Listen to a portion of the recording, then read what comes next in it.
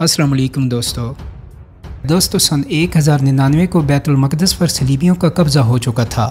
اس قبضے کے خلاف مسلم علاقوں میں غم و غصہ تو بہت تھا، لیکن کوئی بھی حکمران صلیبیوں کے مقابلے پر آنے کو تیار نہیں تھا۔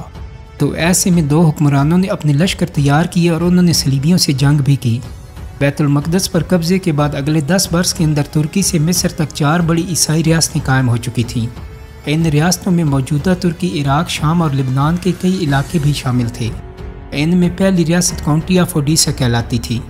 اس کے جنوب میں دوسری ریاست انطاکیہ تھی، تیسری ریاست کاؤنٹی آف تریپولی اور چوتھی سب سے اہم کنگڈم آف یروشلم تھی۔ اس کا سینٹر بیت المقدس تھا۔ ان صلیبی ریاستوں کے بنتے ہی اسلامی دنیا میں مقابلے کی ایک لہر بھی کروٹیں لینے لگی تھی۔ مسلمانوں کے پاس صلیبیوں کو شکست دینے کی ایک ہی صورت تھی کہ وہ متحد ہو کر مقابلہ کریں، لیکن مسلم دنیا میں اس وقت انتشار ہی انتشار تھا۔ اسلامی دنیا کسی ایک بڑے لیڈر پر متفق نہیں تھی۔ ایک ترک سلطنت سلجوق امپائر تو تھی، لیکن اب اس کا شیراز ابھی بکھر چکا تھا۔ شام اور عراق کے زیادہ تر علاقوں میں چھوٹی چھوٹی آزاد حکومتیں قائم تھیں۔ ہاں، ایک شہر اور ایک حکمران کسی حد تک ایسا تھا کہ جس کے نام پر مسلمان متحد ہو سکتے تھے۔ یہ شہر تھا بغداد، اور وہ حکمران تھے عباسی خلیفہ المستظر باللہ، جنہیں تمام مسلمانوں کا روحانی پیشوا سمجھا جاتا تھا۔ اس کے علاوہ سلجوقوں کا سب سے طاقتور شاہی خاندان بھی بغداد میں ہی رہتا تھا، اور عباسی خلیفہ اسی کے زیر سایہ تھے۔ اس لیے جو مسلمان صلیبیوں کے خلاف ایک یونائٹڈ فرنٹ چاہتے تھے وہ بغداد پہنچنا شروع ہو گئے، تاکہ خلیفہ سے صلیبیوں کے خلاف جہاد کا فتویٰ لیا جا سکے۔ دوستو، بیت المقدس پر صلیبی قبضہ ہونے کے بعد سب سے پہلے جو مسلم لیڈر بغداد پہنچا، اس کا نام تھا زین الدین الحربی۔ یہ دمشق کے عالم دین تھے۔ جب وہ بغداد پہنچے تو یہ ماہ رمضان تھا اور مسلمان روزے سے تھے۔ پھر انہوں نے خلیفہ سے ملاقات بھی لازمی کرنی تھی، تو الحربی نے خلیفہ تک پہنچنے کی ایک زبردست ترکیب نکالی۔ وہ شہر کی جامع مسجد میں پہنچے جہاں لوگ نماز کے لیے جمع تھے۔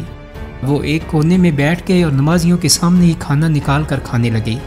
یہ دیکھ کر نمازی مشتعل ہو گئے کہ یہ شخص رمضان میں مسجد میں بیٹھ کر کھانا کیوں کھا رہا ہے۔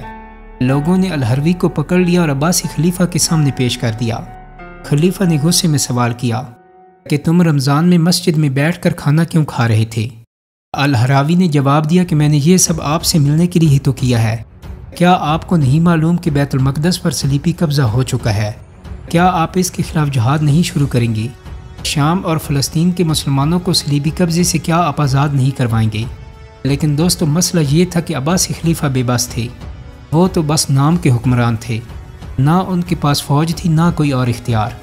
لہٰذا وہ خاموش رہے اور الحربی خلیفہ کے دربار سے ناکام واپس لوٹے۔ مسلمانوں کو صلیبیوں کے مقابلے پر لانے کی یہ پہلی کوشش ناکام ہو گئی تھی۔ اب ایک طرف تو مسلم لیڈرز کی طرف سے یہ کمزوری دکھائی جا رہی تھی، تو دوسری جانب صلیبیوں نے کھل کر ان کے علاقوں پر حملے شروع کر دیے تھے۔ صلیبی ریاستیں مسلم ایریا میں خاص طور پر دمشق اور اس کے گرد و نواح میں بڑے پیمانے پر لوٹ مار کرنے لگی تھیں۔ تو ان حالات میں ایک اور عالم دین مسلمانوں کو متحرک کرنے کا مشن لے کر بغداد پہنچ گئے۔ اس عالم دین کا نام تھا ابو الفضل ابن الخشاب۔ وہ شام کے شہر الیپو کے رہنے والے تھے، جو کہ صلیبیوں کے نشانے پر تھا۔ اس عالم دین کی آمد سے کچھ پہلے ہی صلیبی ریاست انطاکیہ سے ایک لشکر نے الیپو پر حملہ کیا تھا، اور شہر کے باہر کسی مقام پر الیپو کے حکمران فخر الملک رضوان کو شکست فاش دی۔ اس شکست کے بعد صلیبیوں نے حکمران فخر الملک کے سامنے یہ شرط رکھی کہ اگر وہ الیپو کی جامع مسجد پر صلیب نصب کر دیں تو انہیں حکمران رہنے دیا جائے گا۔ فخر الملک نے اپنا تخت بچانے کے لیے یہ شرط مان لی اور صلیب نصب کر دی۔ صلیبی لشکر تو اس کے بعد انطاکیہ لوٹ گیا، مگر شہر کے مسلمان بکھر گئے۔ صلیب کی تنصیب پر غمزدہ غضبناک لوگ باہر نکل آئے، اور ان کی قیادت یہی عالم دین ابن الخشاب کر رہے تھے۔ تو ان کی کمان میں لوگوں نے جامع مسجد سے صلیب اتار کر پھینک دی، لیکن وہ یہاں پر رکے نہیں، کیونکہ ابن الخشاب سمجھ رہے تھے کہ صلیبیوں سے مقابلے کے لیے پوری اسلامی دنیا کو کھڑا ہونا پڑے گا۔ چنانچہ وہ بغداد روانہ ہو گئے، کیونکہ یہی شہر اس وقت مسلمانوں کا روحانی مرکز تھا، اور اس شہر سے دی جانے والی جہاد کی کال پوری اسلامی دنیا پر اثر انداز ہو سکتی تھی۔ چنانچہ الحربی کی طرح ابن الخشاب بھی اسی شہر میں پہنچے اور سیتے شہر کی ایک مسجد میں گئے۔ ان کے ساتھ الیپو کے کئی تاجر، علماء اور عام لوگ بھی تھے۔ یہ جمعے کا روز تھا اور امام خطبہ دے رہے تھے۔ اس گروپ نے امام مسجد کو ممبر سے اتار دیا اور اس کی جگہ ابن الخشاب نے ایک جوشیلی تقریر کی۔ کہاں ہے عباسی خلیفہ؟ کہاں ہیں ہمارے لوگ؟ کیا آج مظلوم مسلمانوں کی مدد کرنے والا کوئی نہیں رہا؟ تو مسجد میں کچھ سرکاری افسر بھی اس وقت موجود تھے جنہوں نے ہجوم کو ٹھنڈا کرنے کے لیے وعدے کیے کہ ہم صلیبیوں سے لڑنے کے لیے فوج بھیجیں گے وغیرہ وغیرہ۔ تو ابن الخشاب ایسی باتیں سننے کے بعد مسجد سے ہٹ گئے، لیکن جب ایک ہفتے تک کوئی نتیجہ نہیں نکلا تو وہ دوبارہ جمعے کے روز ایک دوسری مسجد میں چلے گیا کہ جسے خلیفہ کی مسجد کہا جاتا تھا۔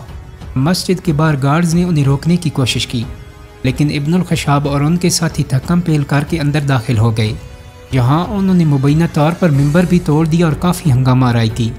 وہ مسلمانوں کو للکار رہے تھے کہ تم یہاں نمازیں پڑھ رہے اور ادھر صلیبی مسلمانوں پر ظلم ڈھا رہے ہیں، جہاد کے لیے نکلو۔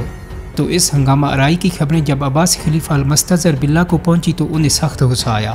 وہ ابن الخشاب کو سزا دینا چاہتے تھے، لیکن اس موقع پر سلجوق سلطان محمد اول تاپار نے مداخلت کی۔ یہ سلجوقوں کے سب سے طاقتور سلطان تھے اور بغداد پر اصل میں انہی کا کنٹرول تھا۔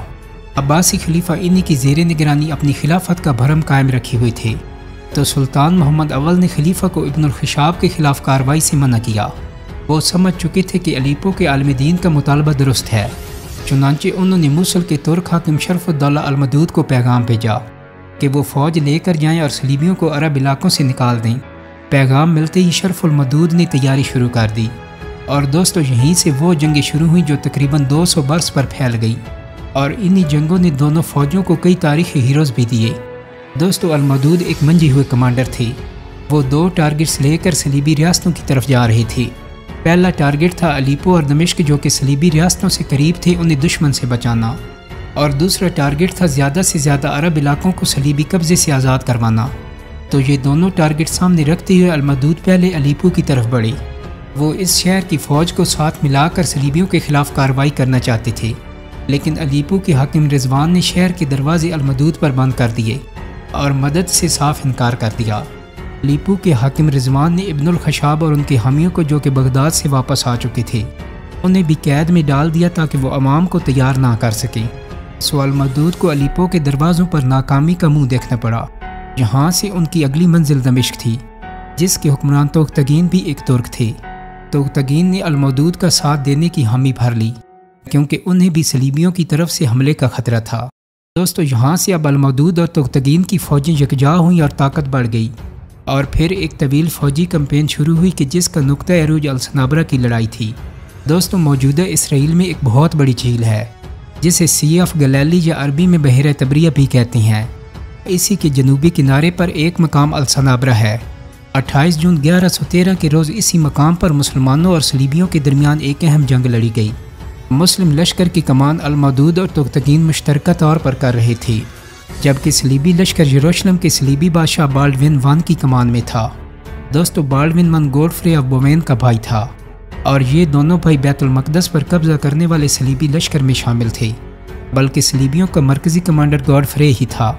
الصنابرہ کی لڑائی کے وقت گوڈفرے تو زندہ نہیں تھا، لیکن اس کا بھائی بالڈوین ون اس وقت یروشلم کا حکمران تھا، اور صلیبیوں میں انہیں بڑا ہی زبردست کمانڈر سمجھا جاتا تھا۔ تو ہوا یہ کہ الصنابرہ کے مقام پر دونوں فوجیں آمنے سامنے تھیں، اور درمیان میں دریائے اردن بہہ رہا تھا۔ بالڈوین کی فوج دریا کے مغربی کنارے پر تھی اور مسلم لشکر مشرقی کنارے پر۔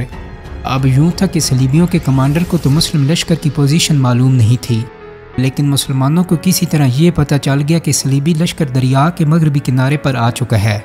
تو دشمن کی پوزیشن کا علم ہوتے ہی مسلم کمانڈر المدود نے دشمن پر فوری دھاوا بولنے کا فیصلہ کیا۔ وہ اپنی فوج کے ساتھ دریا پار کر کے دشمن پر اچانک ہی جھپٹے، اور دیکھتے ہی دیکھتے دشمن کے 2000 کے قریب سپاہیوں کو موت کے گھاٹ اتار دیا۔ مسلمانوں نے بالڈوین کا شاہی علم بھی قبضے میں لے لیا۔ بالڈوین خود بھی سر پر پاؤں رکھ کر بھاگ نکلا اور اپنی فوج کے ساتھ الصنابرہ سے کچھ دور نئی پوزیشن لے لی۔ اس دوران اناتاکیہ اور تریپولی سے 2 صلیبی لشکر ان کی مدد کے لیے پہنچ گئے۔ تو اب بالڈوین کے پاس ایک بڑا لشکر جمع ہو گیا تھا، لیکن وہ پہلی شکست سے اس قدر گھبرا چکا تھا کہ کھلے میدان میں مسلمانوں کا مقابلہ کرنے کی غلطی نہیں کی۔ تو اس بار انہوں نے اپنے لشکر کو دفاعی پوزیشن میں کھڑا کیا۔